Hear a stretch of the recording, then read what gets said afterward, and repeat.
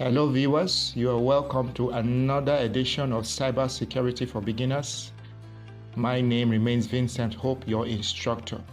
So today we're going to be dealing with user management and administration. We're going to see how we can work with a system using different levels of user access and how we can administer a system to work using your Kali Linux operating system. So now let's make progress. Now, the first point we need to know is that Linux users have different levels of access and permissions based on their type. It means that every user can have a different level of access or the permission he or she can use a system to a particular level. Now, let's make progress for us to understand that. Point number 2. Linux is a multi-user operating system, which means it allows different users to access and use the computer simultaneously using different usernames and passwords to log in, and can access files and resources without interfering with each other. What does that mean? Multi-user simply means different users can log into the same server or the same computer with different usernames and password and have access to different information or resources on that system. Let's take this simple picture here. You see you have user 1, user 2, user 3, user 4, 5.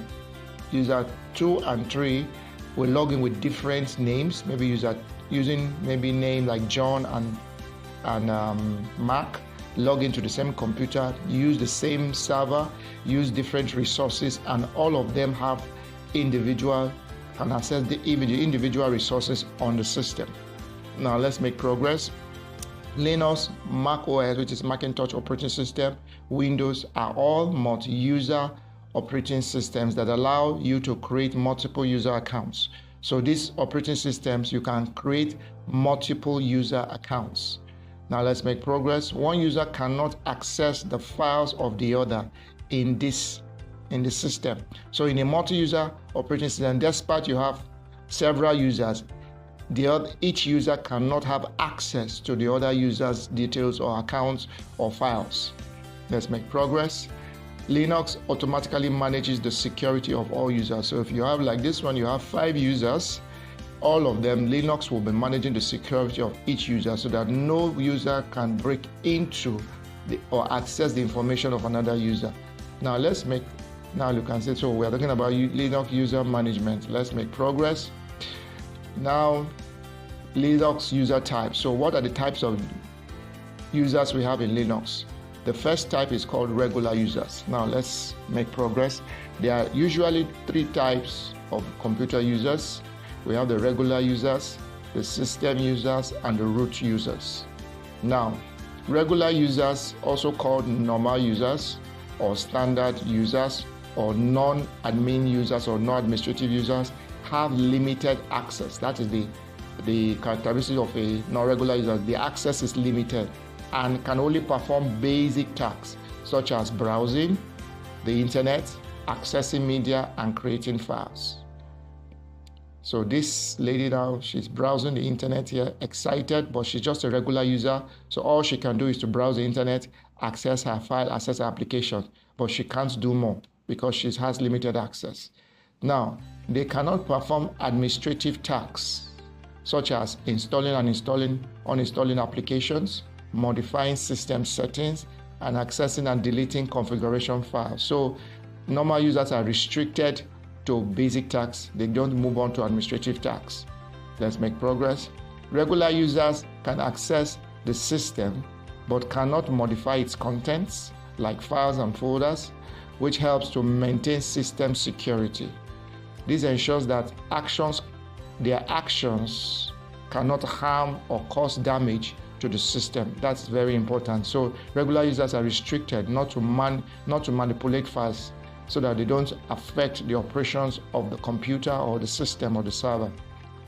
Now, organizations, schools, and universities usually use regular accounts. Let's make progress.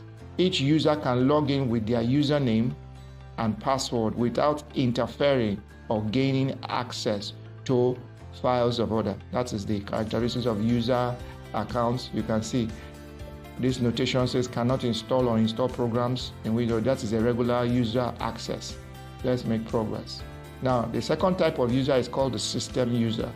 Now, what is the characteristics of this? A system user or system account is typically used by the operating system or services running on it.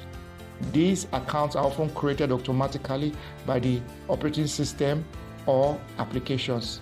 Now, these kinds of systems are created when this kind of account is created when a system is being installed, then it asks for an account, and the account is created as a system account. Now, they have elevated permissions to do what? To execute system level tasks, manage services, and of the file system, access restricted areas of the file systems. That is what system users can. They are a step above the regular users. They are also used to run background services, manage system processes, and perform administrative tasks that can require higher level privileges or access. Now let's make progress. System users run a high risk of if compromised. So if an account is assigned as a system user, it can be compromised as they can affect the system stability and security. Therefore, they are more tightly controlled. So not everyone has access to the system account or becomes a system user. Now let's make progress.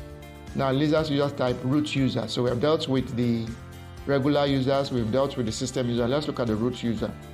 Also known as the super user, it is the most important user on the Linux system. It is the account that can be used to perform administrative tasks such as installing and uninstalling system, applications, accessing and deleting or modifying files, both applications and system configuration files. Now, the root user has complete control and access over the entire system. So for Linux, the root user is actually the super user, and usually that root user uses the hashtag. You will see it when we come there. We'll look at it when we start doing the practicals. Now we'll look at how to become a root user in Linux. Now let's make progress. Let's switch to our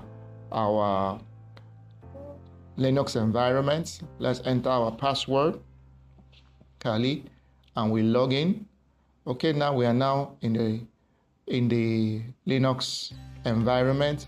Now let's do something. If you notice that this is the $sign, but the root user actually uses the hashtag. But let's take something. Let's do this. Say apt, for example. This is a command to install a program. Install, for example, VLC. If we press enter, now you see the error here. It said could not open log file because permission is what? Denied.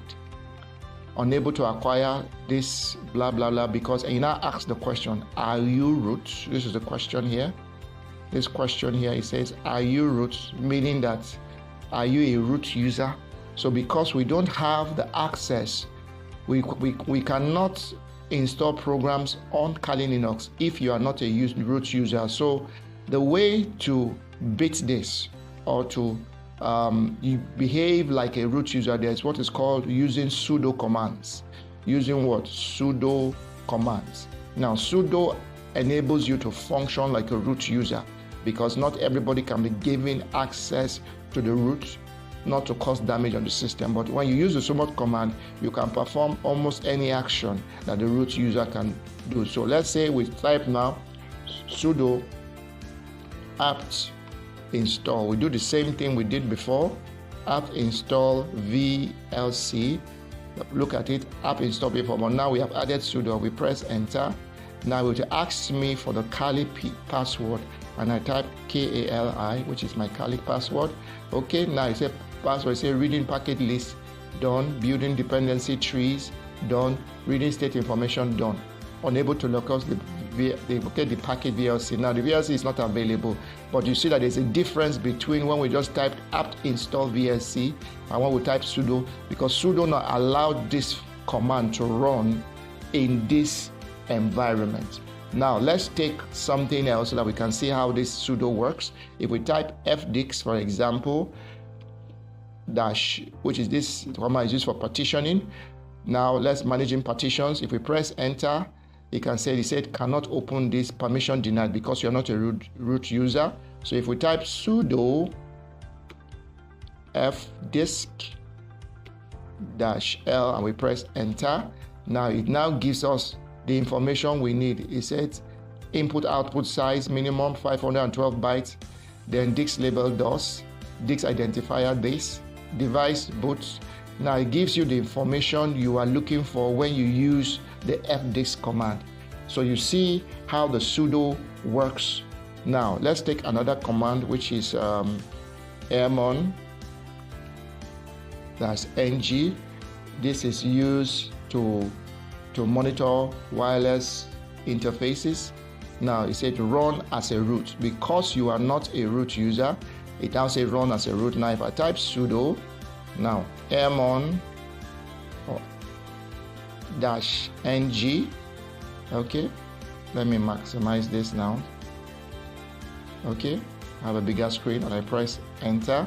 Now you can see now the sudo command, airmon command has been run because we use the sudo. It tells you the physical interface, the driver, and the chipsets. These are all the facilities, these are all the things that are available when you run this command. This was not possible before because we did not use the sudo command. So only users who have permission as root, only a user who is given permission as a root user can perform these operations, except he or she uses the sudo command. Now, let us see the person who has access to using the sudo command. Now I can type, my username is Kali, so I will type ID Kali. I want to see the identities of whether this Kali has access to use the sudo command. I press enter. Now if we go, you can, all this will be talked about later, but let's focus on this now. If we go to ID, where is our ID?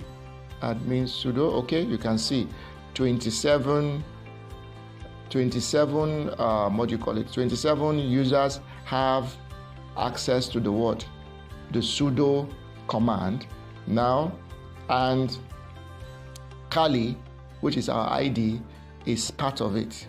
So you see you have Kali here, GID Kali, groups Kali, 4 admin, 20 dialer, 20 CD-ROM, 25 floppy, 27 sudo, 29 audio, 31 dips, and the rest of it. So this Kali has access to use the sudo command. Now let's use another command and see how we will use what is called the IP address. Let's see how we can know the interfaces that are connected to our systems. Now let's type IP address. We type IP address show and we press enter. Now let's look at it. So we can see there are different information that have been brought here. Now the first one that you need to know is the LO, which means the look back information. Now this is the look back information here. Here now we have the INET address. The INET is the IP address. This one here is the IP address for this system. Then we also have the IP address for this system also, but this is on version 6. You see INET 6. Now this one is not really, because this is actually a virtual environment, but what we are focused in is the ETO 0. This is actually called the Internet Network Interface. Internet Network Interface, and this is the address here. This is the address of the Internet Network Interface, 192.168.193.128/24. Now, why this one, which is BRD, is the broadcast address, which is 192.168.193.255. This is the broadcast word address. Then we have this one which we talked about, the loopback. This is actually the MAC address. This is the MAC address which will, okay, the MAC address. Then we also have we talked about the INET, the IP address for version 6. This is the original address, the format, the previous format that was used. This is the modern format for this same address. Look at it here. So you can show that by using the IP address. Now, another way to display this information, you can simply say IP A and press enter. This will still display the same information. So you use IP address show or IP A. Now let's go back to our sudo command. Now we say if we want to install a package, let's say we say sudo app update and ensure that your system is connected to the internet. Now we press enter. Now it will begin to update the systems, getting all the packages that can be installed on the Kali network. So let's give it time to run and see how it functions. Let's give it time to run and see how it functions. So it's still getting the information. So Kali, download Kali running in release 14.5. Now get to Kali download. These are all the information it can download. Remember, the internet is connected or else will not be able to download. Now it has gone for 80%. It's also getting Kali download rolling. Okay, now it's telling all the contents that can be installed on this system. Now we are still uploading. So let's see how it's now 95%. Okay, we are making progress. Still uploading. So it has fetched some information. Okay, now let's it has finished its operation. Now let me continue by typing sudo apt. Okay, sorry, still uploading. Okay, that's come to the prompt. So now it's finally done. So building dependency trees, reading. Now this information is important, building dependency tree, because for every package you install, there are dependencies, which we are going to see. So he said 2088 packages can be upgraded, run apt list upgradable to see them. Now if we want to see the list of packages that can be installed, we can simply say sudo apt lists. Now let's watch, press enter. Now list is doing all the list of all the programs that can be installed. Now let me just take it back a bit. If I'm going back, if you see these are all the programs that can be installed. All these programs can be installed. libdrops, castdev, blah blah blah. Now let's go back. Let's see. We were trying to install the VLC the other time and it did not flow. So let's see whether we can see the VLC as part of the programs that can be installed. UVW, RS, UV, WS, OP, okay, RS, okay. I'm looking for the VLC, okay. UV, okay, X, okay. You can see now VLC plugin splitter, VLC calendar. These are VLC is part of the programs that can be installed. VMAT, VBS, VMdoc, and these are, so all these programs can be installed in this package. So let's see how we can install the the VLC. Now you can say sudo apt install VLC, which we have seen among the list. We press enter. Now it is reading the VLC, it's installing it. It says, do you want to continue? I say yes. I press enter. Now it starts connecting and it's installing the VLC package, which we'll have to give it time to finish so that you can see the full operation. It's installing the package. So we're learning now how to install and uninstall a package. Now we're installing the VLC package. Let's see how it goes. Okay, it's making progress. We're on 17%, so it's taking its time. But remember, your internet connection must be there. You have data. and it must allow it to run smoothly, and the network should be strong enough to allow it to download all these files. These downloadings are all the dependencies that it needs to download. Okay, so still downloaded at 43%. Downloading. Okay, takes a while. I don't want to interrupt it so that we can see how it functions at the end of the day. 55, 56. Okay, making progress. Okay, you can see it's a lot installing VLC programs. Now, if you do that in the Windows environment, you won't see all this information being displayed. You just install all your programs, go and it takes 5, 6, 7, 8, 10, 20% till it gets to 100%. But these are all the informations, all the files that are being installed on the background when you are installing it in Windows. But you have the advantage to see them in Kali Linux on this environment, in this terminal environment. So it's still installing. Okay, so it has got to almost get into 100% now. So let's give it the benefit of doubt. Okay, 93%. Okay, so we're almost there. Okay, 98%, 9900. That's good. So let's get it to come back to us. So it's extracting. Okay, so look at it. Progress. So it has finished downloading. Now it wants to quickly do all the installation. So let's see what goes on the background when you're installing a program in Kali Linux. Okay, let's give it the opportunity to complete its assignment. And you can see that this is a lot of programs being installed. So remember, the first step it did was to download. After it finished downloading, it now had to is now unpacking them and installing. This will take quite a while.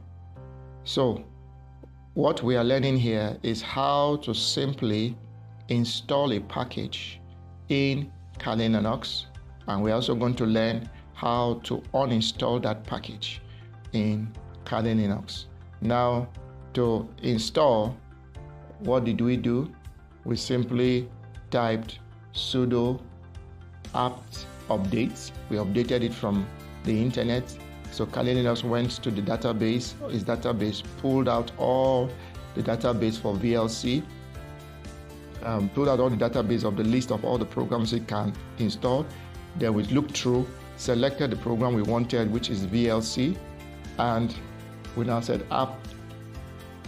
We used the command app, sudo app list.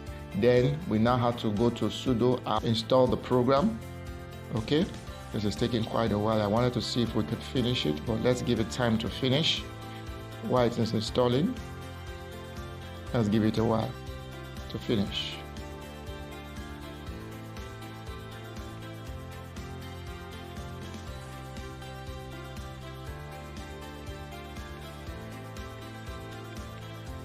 Okay, this is really going to take a while. So maybe not a little. Let me pause this installation by simply using Control-C. But in your normal processes, make sure you allow it to finish. Still 21%, but I'll press Control-C. Control-C. Let me see whether I can terminate it. Okay, it has terminated. So I have terminated. If I tap VLC now to see whether it runs, it's still not found because we have not finished the install. It said, do I want to install it? I said no, but you allow it in your own. So the final thing we're going to do today is to remove. So if you have finished installing the application you want, to remove it is simple.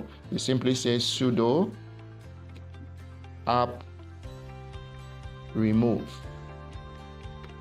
VLC. After you have finished installation, you press enter. It will read it too.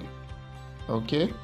Now it said unmet dependencies, try app fix broken install, because with no packages or specified solution. So it removed 3 is to be installed. So it told us that we did not finish the installation. That is why they say application fixed broken installed. So we did not finish the application. So that's why the command, the remove could not use. But the command again to remove is simply what?